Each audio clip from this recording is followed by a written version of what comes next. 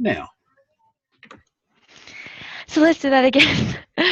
Good evening, everyone. Welcome to tonight's webinar. Apologies again on the reschedule. I was very unwell last week, but looking forward to taking you through tonight's webinar in regards to political engagement.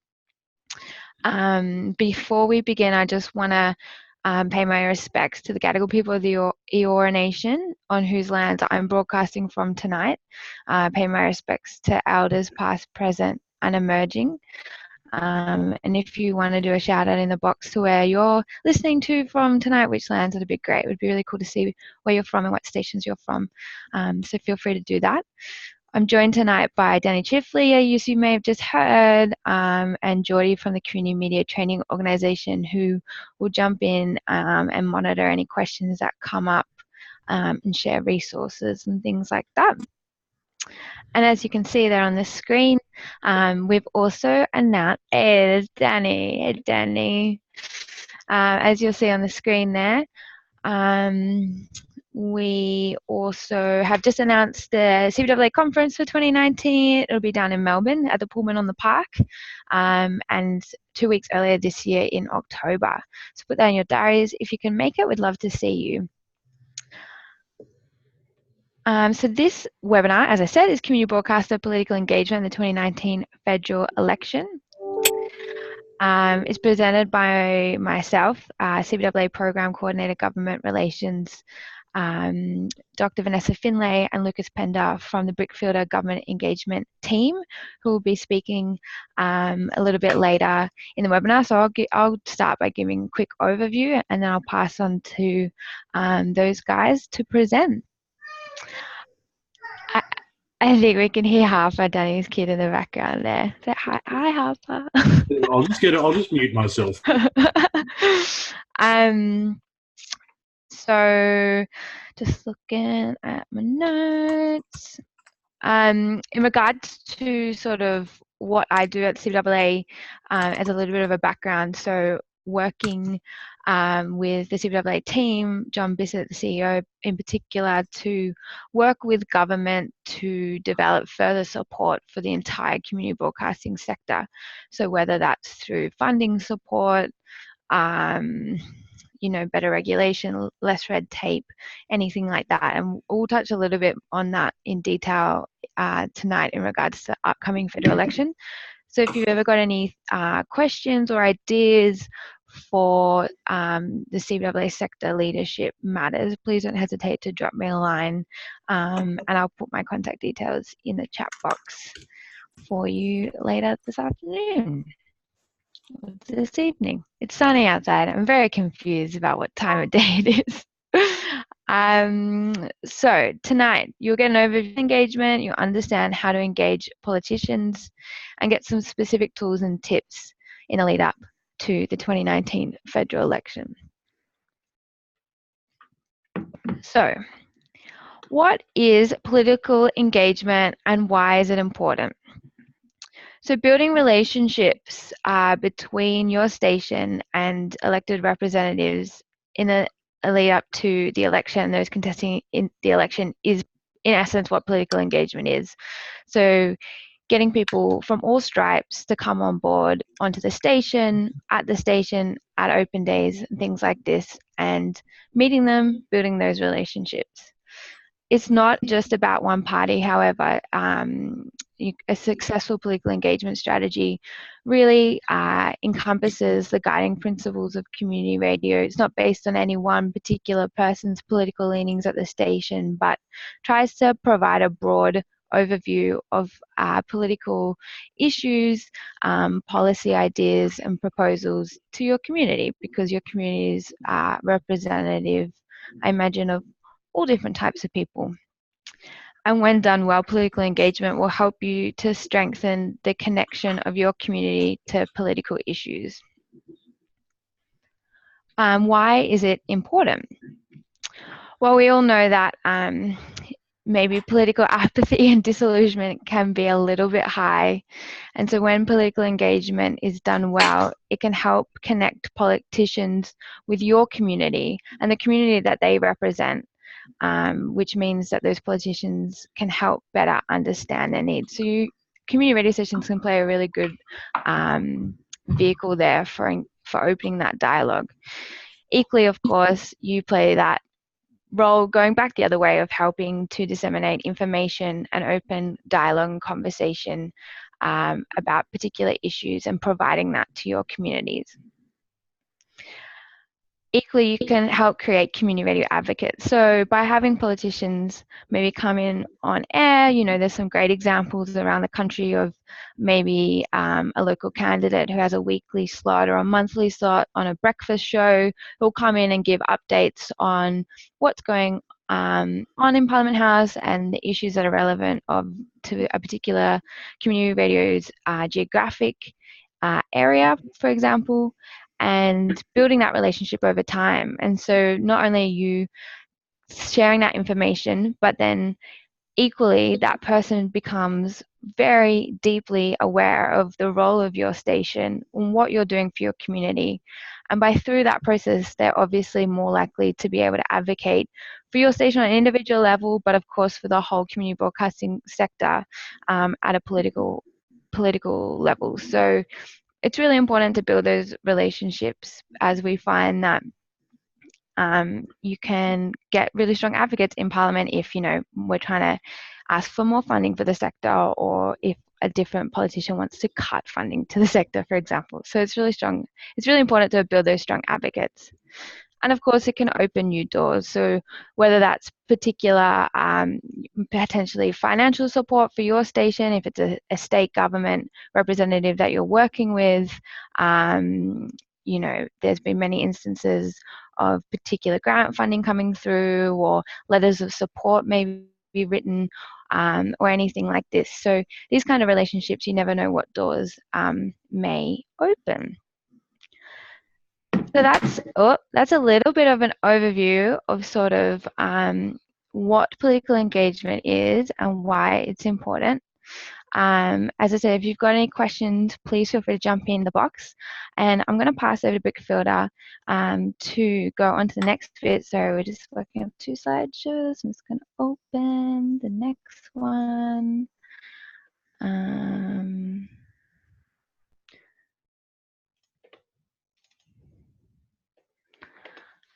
And Lucas, I might pass over to you. Cool, no worries. I might just put my video on and say hi to everyone that's there, and then turn it off again.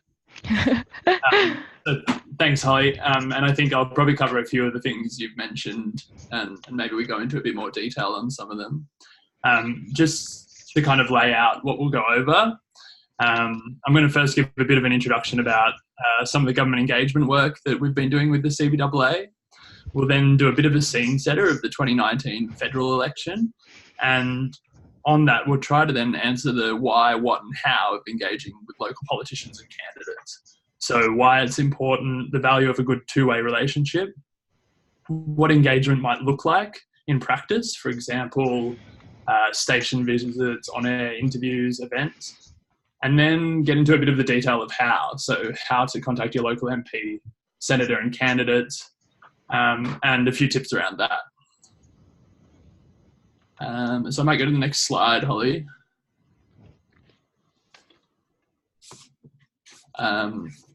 So in terms of the CBAA's government engagement, Vanessa, who's on the line, but I don't think she's able to comment at the moment, has been working with the CBAA for about 3 years and myself for about 2. And our role over that time has been working with the CBAA to better engage with both the Commonwealth and state governments at the political level, so with MPs, senators and ministers, but also the department and agency level, for example, with the Department of Communication and Arts and ACMA. So we've been working pretty closely with John and Holly and the team at CBAA to advocate in Canberra and at the state level the role played by community radio. And essentially we're trying to build greater support among decision makers within government, opposition and the crossbench, and to translate this support into better policy settings to allow the sector to really thrive. I guess our aim in all our work in government engagement with the CBAA is to give the community radio sector a bigger voice in Canberra, but also to make sure it's speaking to the right people at the right time and with the right message. So there's been a few big government engagement wins with the CBAA. And sorry, Ollie, I probably shouldn't have skipped to this slide yet. So a few of the big wins lately in government engagement with the CBAA have been in 2016, there was an extra 6.1 million in funding secured for the sector. And again in 2017, additional funding of $12 million. And more recently, the CBAA has been really engaged with parliamentary inquiries, for example, the New South Wales inquiry into music and the arts. And essentially what we're doing in all these submissions and appearances is really aiming to show the value of community radio to these different areas of policy that the government is investigating. And in doing so, gain support for better policy outcomes. And we might speak about it a bit more later, but the New South Wales inquiry that recently reported had some really positive recommendations to government for community radio.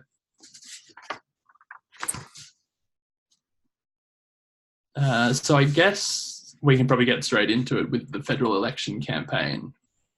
And I guess our topic for tonight. We're about 27 days away from the government handing down its budget. That's on Tuesday, the 2nd of April. And the best bet at this stage is that the government will call an election closely after it releases the budget, which means the budget is essentially going to set the scene for the election, the policies, the spending, and the issues that the government want to fight the election on. So this means there's going to be an election on either the 11th or 18th of May.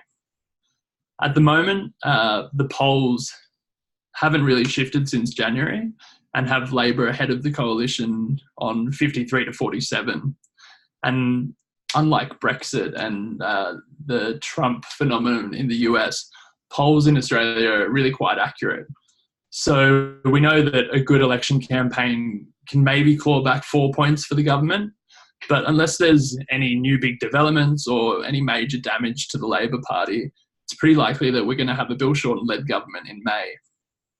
All in all, this is probably a positive thing for the community broadcasting sector, but as we'll go into, it's really the local issues that community radio can play its biggest part in during an election, which really means engaging with local MPs, senators and candidates from right across the political spectrum and parties, as Holly mentioned. So why engage? Holly's definitely touched on this a bit. At a high level, it's obviously really important for the community radio sector to have a voice representing the whole sector to government, and this is one of the roles of the CBAA. But at a deeper level, it's really important for the MPs and senators in Parliament, not only to support the sector, but to really have first-hand and informed perspectives on the stations that are in their community and serving different sectors of their community. And that's the role that community radio can play. Perhaps a good way to unpack that is to think about it as a two-way relationship. So what do local stations offer politicians? And also what do politicians offer community radio stations? I'll probably get a few rolled eyes here, but what ultimately drives politicians is their local community and their constituents. It's important to note that local community is obviously made up of lots of groups and lots of different cultures, and this is really where community radio stations can be really valuable to MPs and senators by really helping them better understand the community that they're serving and the dynamics within it. Besides this, community radio is also a really important tool for politicians to be able to speak to and also hear from their constituents. So by engaging with local MPs, senators and candidates, local stations are able to make themselves really important conduits between the communities that they serve and decision makers.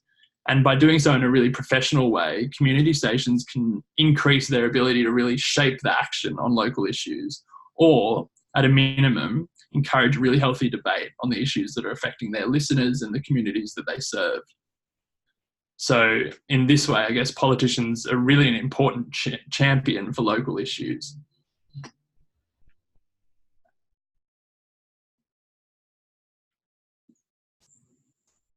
I might just check in, Holly. Are you still on? Yes, I'm here. We can't really get examples and chat to people, can we? Examples, so of... It's not really a group discussion at this point, is it? Oh, yeah. So Lucas and I were talking before. If you have some examples of how you're maybe already engaging, if you are, with politicians at your station, feel free in the chat box to jump in and provide some examples, because we'd love to sort of hear what you may be doing at the moment, if you are. Yeah, sorry to stop it there quickly.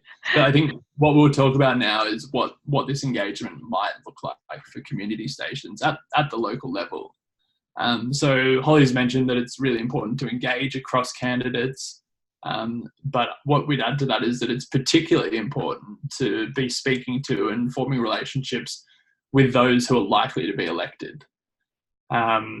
So here, stations really provide a platform for healthy debate. And something important to mention is that it's not the role of community radio stations to be overtly political, to say who their listeners should vote for in direct terms like that. But they do play a really important role in being able to critique policies, critique positions, critique comments, and in that way inform their listenership, so that their listeners can make the decision during an election. And can I just jump in and add to that point, Lucas? I think community broadcasters also play a really vital role, while this webinar topic is about political and government engagement, to obviously connect with members of the community that are affected by policies. So, while we're talking tonight about communicating with government, obviously making sure that you're representing the people on the ground who are going to be affected by particular policies and getting them in on the station and talking and adding to that dialogue as well. Yeah, that's a great point, Holly. Another point to keep in mind, that during an election campaign, as important as it is to talk to MPs, senators and local candidates, they're not the only influential members of a community during an election. So I think it's equally important to be speaking to other sectors of the community, other community leaders and representatives. So on the slide, we've got a few ideas for engagement, but really there's no one size fits all. So some of the things we have up there are station tours and visits. So inviting your local member or candidates to tour the station, sitting down with them and discussing what your station does, the challenges it faces, and the role it plays in the community. This can be extended to include on-air interviews. We all know that politicians like to speak, and being able to speak to their community is really a role that they should jump at. So on air, you can have discussions of local issues, even introducing MPs and candidates to the listenership. I think it's more and more common that we don't really know who represents us in federal politics, even at the state level. So being able to introduce MPs and candidates to listenerships can be, I think, a really good introduction to a relationship between stations and local politicians. So that's all about getting to know who they are and their aims for the local community. Engagement also includes invitations to station events and fundraisers. And I think it's also really important to include local members and candidates in mail outs of information that your station might be putting out. And just to jump in there, Lucas, we've got one really good example that's just come through the chat from Rebecca. Thanks, Rebecca. She said, I recorded and broadcast a debate about climate change outside our local MP's office at a protest about climate action, and the MP and the locals spoke. So I think that's a really good example of getting, all sides of that debate there on air. Yeah, I think that's a perfect example, Rebecca. So thanks for chucking that in. Just to kind of wrap up this section, I think we all know that there's just a heap that can be gained from a really positive relationship between community stations and their members. And what would be, I guess, the ideal is that when a local MP or senator thinks, hey, this is a big issue that my local station can really help me with or help me learn about or even let me speak about, they contact their community station. But also for that to be a two-way street. So for community radio stations to be able to phone up their member's office or their senator's office and discuss an issue they're facing around their operations or funding, or even ask for support in grant applications. So I guess wrapping up that, it's all about, benefits on both sides, and a positive relationship is really valuable. So we might get now a little bit into the how of forming these relationships. And it's all surprisingly easy, like most of our relationships, but I think sometimes can feel a bit daunting, especially if your local MP is a minister or high up in the government or on television a lot. But it's all quite simple, and we've kind of broken it down into a few steps here. So obviously first you need to know who your local MP is. It's really easy to do through the AEC, which is the Electoral Commission, who have a great website that you can put in your postcode or your suburb. You can also then find out who the candidates who are going to be up against this MP in the election through Google or even party websites. But I think the most important thing here is, before contacting them, to really have a plan. MPs, senators, candidates, they're all busy. And if a request is coming in half-baked, it's pretty easy to say no or not to see the value in it. So the community stations, you're going to be competing with a lot of other people, a lot of other issues. So your pitch needs to be well articulated and aligned. And a good way to be able to do this is to say, if possible, here's how many people listen to our community station. Here's who those people are. Here's what we want to do and when. Make it easy for them to say yes, essentially. So what this could be, again, is, inviting candidates to the station, learn about our operations, and if they'd be interested in speaking during one of the programs. And that can all be done, planned really well. So then it's about contacting them, and that's easy to do. And I'd suggest just phoning, looking up at their electorate office and just calling in, introducing yourself, introducing the station and its listenership, and then making the pitch.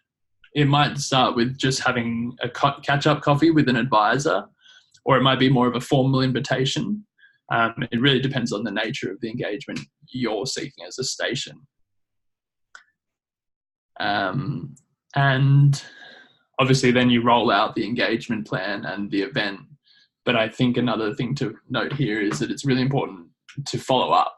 So it's not a once-off relationship. It's something that you want to flourish going forward. You want to have a champion in opposition or in government. So that includes things like letters of thanks, next steps, if there are any agreed next steps, and providing information about your station as it becomes available all the way down the track. I might pause there, Holly, but if there's any questions we want to get into, maybe we turn to that. Yeah, please, if there's any more questions, pop them in. I was just going to add on that. I know not all stations have access to figures about their listening audience, which is totally fine. Another good piece of data you can use, and maybe Danny can pop the link in the chat box, but is of course the National Listener Survey data. So of course there's the national data, so there's almost 6 million listeners listening to community radio across the country, which is a great figure in and of itself, but then it breaks down to state-based data. So if you're in regional Victoria, you can get the number of listeners in regional Victoria to add. So while not a perfect indicator of your station, it does give a good indication that could give a good indication of how many listeners are in the state. So that's something that you can add to that, which will help.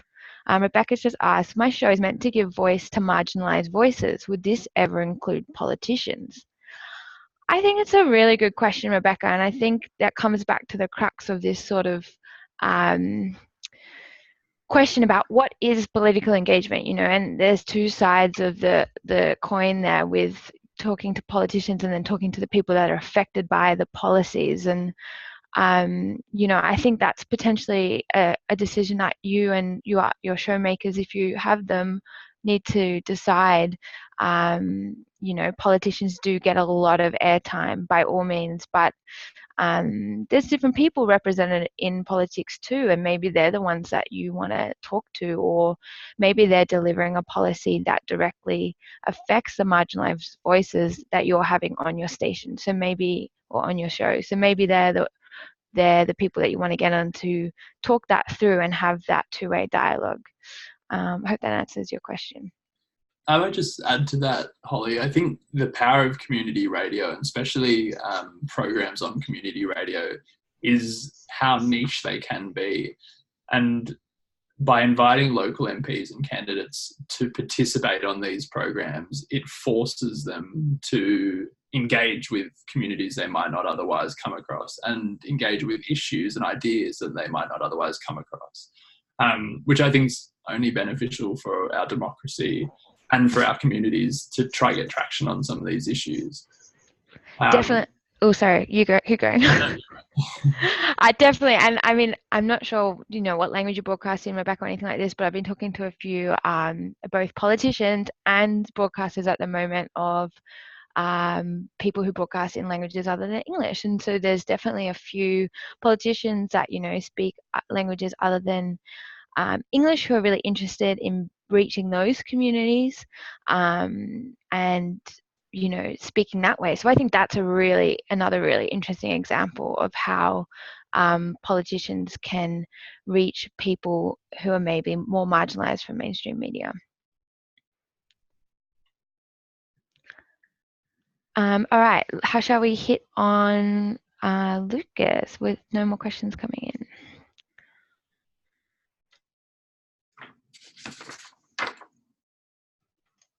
Ooh.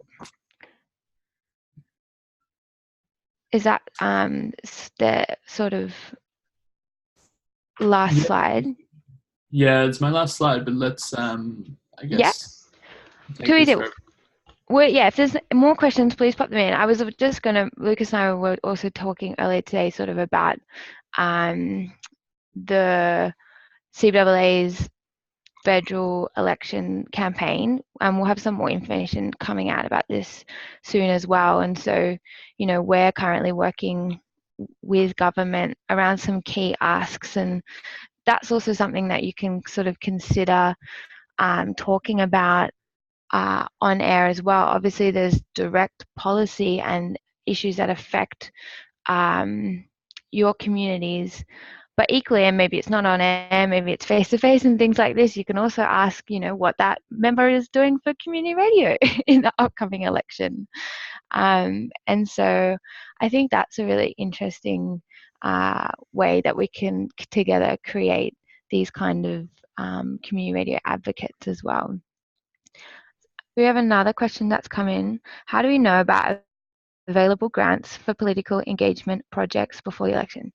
That's a really good one, Rima, and I can definitely have a look into that for you. I'm wondering if the Community Broadcasting Foundation grants are currently open. I think they are, or they may have just closed. Maybe Danny can double check that. Community Broadcasting Foundation is definitely someone I would consider maybe touching base with about grants for whatever project you have in mind. Do you want to maybe put some more info, or you can direct message me some more info about the direct project that you have, and we can take this offline and have a look into that for you. You know, I think if it's a particular piece of content that you want to do, or a particular, you know, you want to build a political engagement strategy, I think that's something that the CBF would be really interested in funding. And we can also send through some resources about building out things like that as well, which we've got in our political engagement toolkit. So I'll flick through those resources to you in a minute, and we can have a chat about grants as well. Here's a question from Geordie. Have we touched on the ideas around giving airtime across the political spectrum on a regular basis? That is a really good one, Geordie. Glad you brought it up. So I think you're coming across from two things there. That would be the regularity of having politicians on air, and then also maybe around the legislative regulation rules. So in regards to regulation and broadcasting, while we've talked a bit about making sure that your political engagement is nonpartisan and that you have politicians from all political parties on board, because that's really important to democracy and hearing different ideas, it's also a requirement in that you are required as a broadcaster to give reasonable opportunity for equal access to all political parties. So what exactly does that mean? Well, if one particular party comes forward and they want to be on air, and another party comes forward, you can't say yes to one and no the other. That's sort of at its base level. Other ways that stations deal with this topic is that they'll send an invite out to all people contesting the election. I think that's a really easy way to do it, and I think that probably builds into the bigger strategy and the bigger issues that we're talking about today. If you have the resources and the time, sending out a letter and welcoming or inviting them on to your show or your station, I think is really important. In regards to on the regular basis aspect of the question, I think it's great. As I said earlier, there's a few stations who maybe have their local MP come in once a month and give updates on all types of community, things happening in the community, or things happening in Parliament that affect the community. And I think that is some of the best examples of really genuine, really long-standing political engagement, because you've got that person coming to your station on a regular basis, getting to know you and the people there and your community. And that regular commitment, I think, is a really effective way to for them to show that they're there for your community and they're showing up. So if you can build that relationship, it obviously takes some time and some persistence, but if you can do it, I definitely would encourage it. Okay, some more. Sorry, I'm just scrolling. Some more questions. How do we make sure we target and invite all parties? Sorry, Yashan, I haven't quite understood your question there. If you want to rewrite it, we'll come back to that one. I think in regards to targeting all parties, definitely inviting all. I had another really good question the other day from someone who broadcasts in one language, and they're like, how can I give equal access to all parties if I broadcast in a language that they don't speak? And I'm like, that's a really good question. Well, it's up to the station to provide equal access. So if there's other parties, who obviously don't speak in your language, particularly if you're at an ethnic and multicultural station, then recommend another program that they can speak on, to see if you can share that around the entire station. So there's Roma. Thanks, Holly. I'm collaborating with a colleague to bring up questions that matter to people from diverse backgrounds to the attention of federal candidates. You can send the proposal an email with full details if needed. Yes, that would be great. Thank you. I'll put my email in and we can chat offline, because it sounds like a really interesting project, and I want to see if I can help find you a grant provider. I might Go. help you. Is it Yashan out on the question there? In terms of finding who the current member is and who the candidates will be or are going to be, first find your electorate, so know which electorate your station is in. It'll then be quite easy to find the two major parties by typing in member for electorate name, but then also Googling candidates for electorate. And the major political parties will definitely come up, and the independents as well. And I think just on that as well, if you're from maybe a regional station, you obviously probably maybe only have one electorate to deal with, which is totally fine. If you're at a metro, in your metro area, your station might be based in an electorate, but might broadcast into other electorates. So that might be a little bit of a marrying up of your licensed area plan and the electoral map, which you can also get on the AEC website. But, and again, this is widening the scope a little bit, but that's another really interesting way to broaden who you might be engaging with and what sort of topics you're talking with. And politicians, you know, definitely would be interested in coming to your station if it's broadcasting into their electorate, for example. Thanks, Danny, for just popping on. Oh, independent, you mean? Cool. Well, hopefully, Ashan, that Lucas answered your question. Danny's popped up there some info on election coverage. I don't want to get into the regulation stuff too much. It's pretty straightforward, and it sets it out really nicely on that document. I mean, the only other thing to consider is around political advertising. So, you know, there's nothing wrong with like or political sponsorship, as we would call it now. It's like there's nothing wrong with, you know, taking sponsorship from a political party as any other body. There's just some more requirements around how it's meant to be tagged. You know, that this broadcast was endorsed by blah blah blah blah party. You know, you've heard it a million times on TV and radio. So there's some information about that. And I guess also if you're not a station manager and you're a broadcaster, checking in with the station. Some stations do have policies that some stations don't want to take any political sponsorship, which totally understand. Some stations just want to not be involved on that level, which is totally understandable. So just checking in with your station and making sure that you're across the station policies. Jodie's asking if anyone in New South Wales is doing anything for this state election. John's saying, so you're saying that any politician that wants airtime, we're almost obliged to give it to them. We're on the New South Wales Vic border. It's a good question, John. Maybe Danny can answer this one a little bit better than me. It does say that you're required to give equal access. And, you know, there's not a crazy definition of what that means. Again, as I said, sorry. Sorry, I was going to jump in there. I don't think it's so much as an obligation that you have to give it to them. I think sort of the way it's worded is you can't sort of deny them that access. And how I would go about that is you can have a politician on your radio program, but there's nothing stopping you from asking them hard questions. So if you're going to go and if they're a politician who you feel doesn't serve the best interests of your local area and they want to come onto the station, then give them a platform where they're going to have to answer hard questions. John said, I like to, who wants to encourage them. Danny will get on the phone and encourage them, and then you can ask them the hard questions. Jody said you can just say no to them all. You can, of course, and some stations do have those policies, but I understand stations have their own reasons for doing that, and that's totally okay too. But hopefully in this webinar, you've seen the value of political engagement. That's something you want to pursue. And so if you've got further questions around what you can and can't do, or if you're worried about particular things, Danny and I can help answer those on a case-by-case basis throughout the week as well. Yes, anyone doing anything in New South Wales for the election coming up?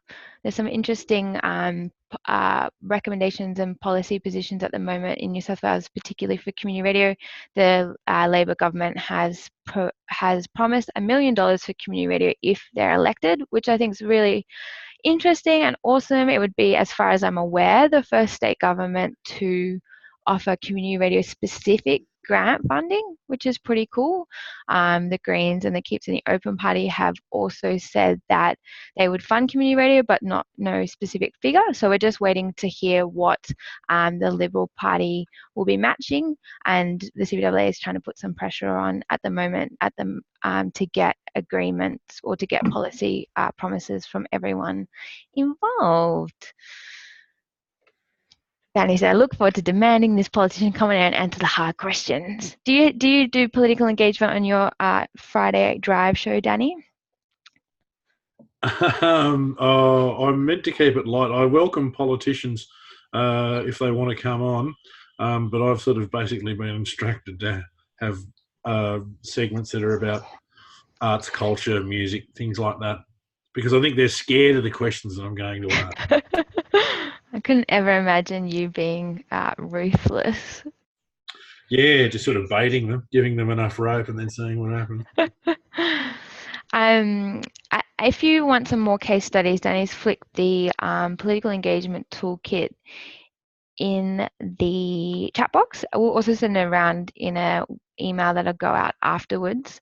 There's some really good case studies in there from stations, particularly smaller stations with less resources. I know this can be resource intensive, so please don't feel intimidated by political engagement. It's definitely doable, and there's some really good resources and case studies in that document.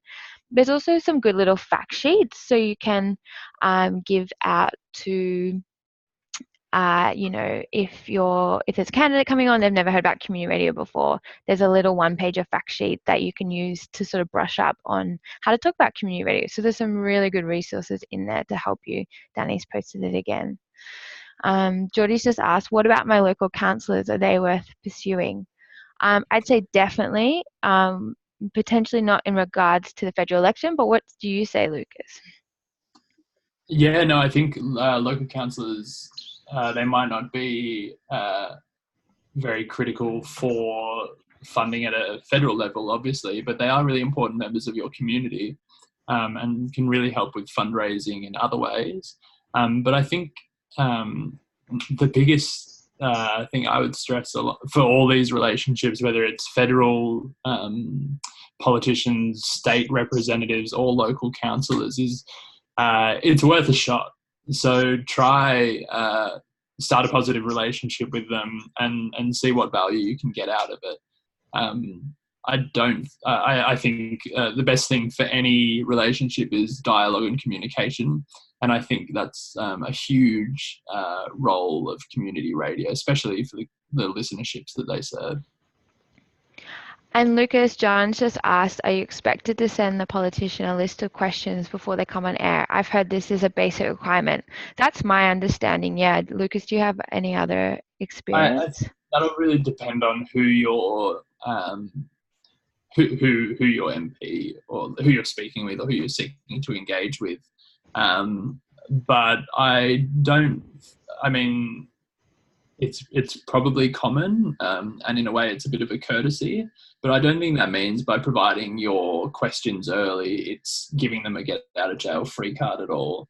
It's purely just letting them know before they arrive what mindset they should be in and what they should expect. Definitely. And, you know, I've also, again, the benefit of developing long-term relationships, you know, people become more comfortable with you, they get to know you more, and maybe they don't require a list of questions beforehand or things like that, because they get a good sense of where you're coming from and the kinds of things you might be asking. If it's going to be your first engagement, I think you really want to engender that trust with them. Is this a program or a station that I can get value from in terms of being a politician? So like any relationship, I think the more you give at the start, the more you'll get out of it in the end. I was just thinking about Geordie's question before about pursuing local councillors, and it made me think the number of politicians, councillors that I've met that were once in community radio is actually quite astounding. And I mean, as you can imagine, there's a lot of ex-journalists and things like that, obviously very community and civically minded people that maybe have started or volunteered, or even some still sit on boards of community radio stations. So I think they're, for a large part of you know, people's experiences, like we find all over Australia, but there's a lot of people that have even come out of community radio. And, you know, I found sometimes even just doing a quick Google of that MP's name and community radio to see sort of what maybe their policy position is on community radio, if they have one, which has been really useful. But by doing that, I found people that have ex-broadcasters at particular stations and things like that too. So that's been really interesting. And yes, you might be surprised what you find out on your journey. Jody said, I've only ever sent very general topic lists. Sending question lists sets a bit of a precedent that could limit your ability to ask hard questions later. I think that's great, and I think if you're able to do that and the politicians happy with that, that's totally a fine way to go about it. Oh, Danny's sharing the political engagement toolkit. Thank you, Danny. That's excellent. You know, and each station is is different in how they want to attack, or not attack or approach their question asking with politicians as well.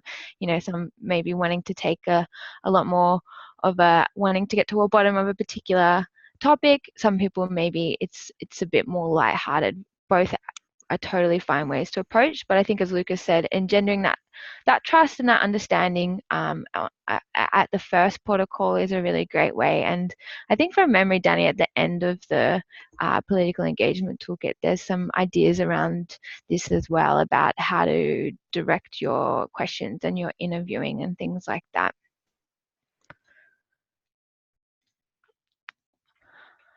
Well, if there's no more questions, we might be able to wrap up a little bit early. I might just give it another minute as in case anyone's got anything else to come in.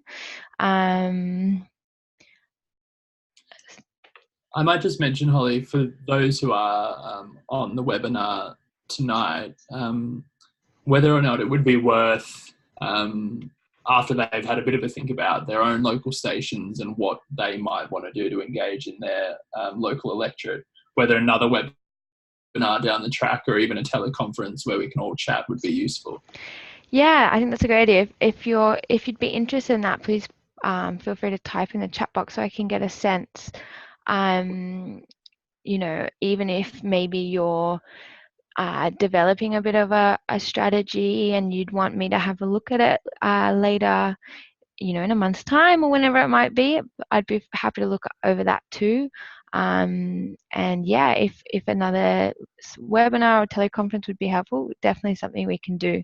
Something that Lucas and I are working on at the moment is also, you know, through our CBX mail outs and things like that, and discussions with politicians, is also inviting them to connect with their community broadcasters. So while we're working with you guys to help you connect with your politicians, we're helping them connect with you, and providing that level of support as well, so we can work together on a mutually beneficial relationship. I'm really glad the webcam's not at the moment, because I'm doing some crazy hand gestures over here. I think I might mention one more thing, Holly, before we sign off. But another important fact that you might want to know about the electorate that your station is in is what margin your local member holds it by. So again, by going to the Australian Electoral Commission's website and finding your electorate, you're able to find out what swing is needed against your local member to change hands, so to have a new representative. And essentially, the tighter that margin is, the more important your role can be in the election. Yeah, I think that's a great point, because obviously then, you know, people are wanting to get out and about a lot more and talk about issues. Danny's there too. Sometimes I feel like we're on the Brady Bunch. On the reverse of that, if there is a large margin and your member has been a sitting member for 20 years or holds the seat by 25%, you also have a role there to, you know, question that and make sure they really are the member that your community deserves. Yeah, that's a great point. And I mean, I think maybe the last thing to keep in mind, while by no means does every politician know and value community radio, for the most part, community radio has cross-party support, from the major parties to the Greens to the independent parties. You know, I think we know that every single party values and understands the important work that community radio does. And so, that's great, because hopefully that means they value you and they want to come and meet you. But B, I've lost my train of thought. You're talking about how all both the majors and independent parties all value community broadcasting. Exactly. So for the most part, they want to come along and they want to support you, because they understand that we add to a great broad media diversity in this country. They do. And if they're Anthony Albanese, they want to use it as an opportunity to try and get that radio station to play his demo tape. True. There's a few politician DJs out there. Maybe we should get a politician DJ community radio national show or something. Yeah, they can battle for it. That'd be so good. Polly's on the decks. I don't know. I'll come up with a better name. Yeah. We'll workshop that one. If you've got any ideas for a show name, please feel free to put it in the chat box. Yeah, let us. On that note, I think I've covered everything that we were hoping to talk about tonight.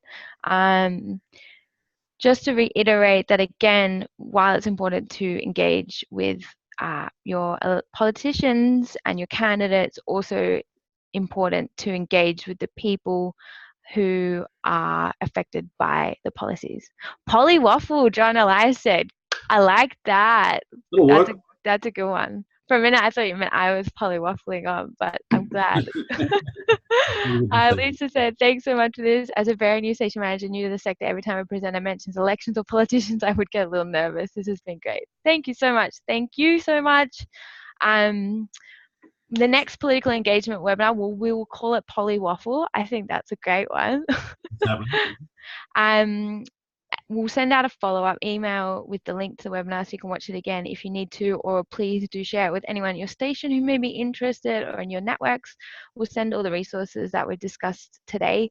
And if you feel like you would like further follow-up chats on anything specific you're doing at your station, let me know too, and we can organize that. And Jordana has also said, please complete the feedback after this session too. Yes, that would be really excellent. Thank you. You'll get a short feedback at the completion of this. It's just about whether you enjoyed it, whether it was good, what topics you'd like to see. That feedback is so invaluable to helping us craft our webinar topics. So if you have 5 minutes.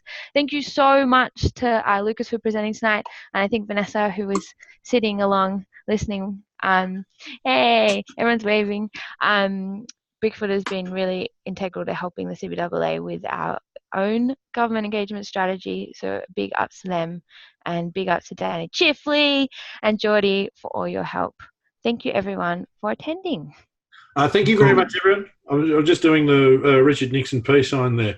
Hey, don't forget, next week, 6:30 Australian Eastern Daylight Savings Time here, the how and why to apply for the 2019 National Features and Documentary Series. If you've got people there at your station who are making long-form radio pieces or short-form radio pieces or anything that's some really interesting radio that you're wanting to get out there, get along to that. We'll have past people who made the National Features and Documentary Series presenting. Geordie from the Community Media Training Organisation is going to let you know all about it. The National Features and Documentary Series is just really wonderful. It allows people the opportunity to be mentored and to create their own piece of fantastic audio, which will be broadcast on radio and made available to all stations in the sector. Speaking of which, come back a fortnight later from that, 6:30 Wednesday, 27th of March 2019, making a podcast from your program or a program from your podcast, where Jess from Audiocraft, which is Australia's foremost organisation who looks after the realm of podcasting. If at your station, if you've been thinking, I want to take on this podcasting thing, I want to know more about it, or if you're already doing that and you're wanting to know how you can incorporate your existing podcasts into your current programming, then join us for that one, Wednesday, 27th of March. Thank you so much for joining us for another CBAA webinar. Thank you, Holly. Thank you. Thank you. And thank you very much for attending. Thanks, Holly. Thanks, everyone. Thank you. Thanks for attending. Excellent. And I would say with that, peace and good night. We'll talk to you all again very, very soon. On behalf of the CBAA and our good friends at the Community Media Training Organisation, this is Danny Chifley saying have a great night. We'll talk to you all again very, very soon. Bye now. Stop video. Stop share.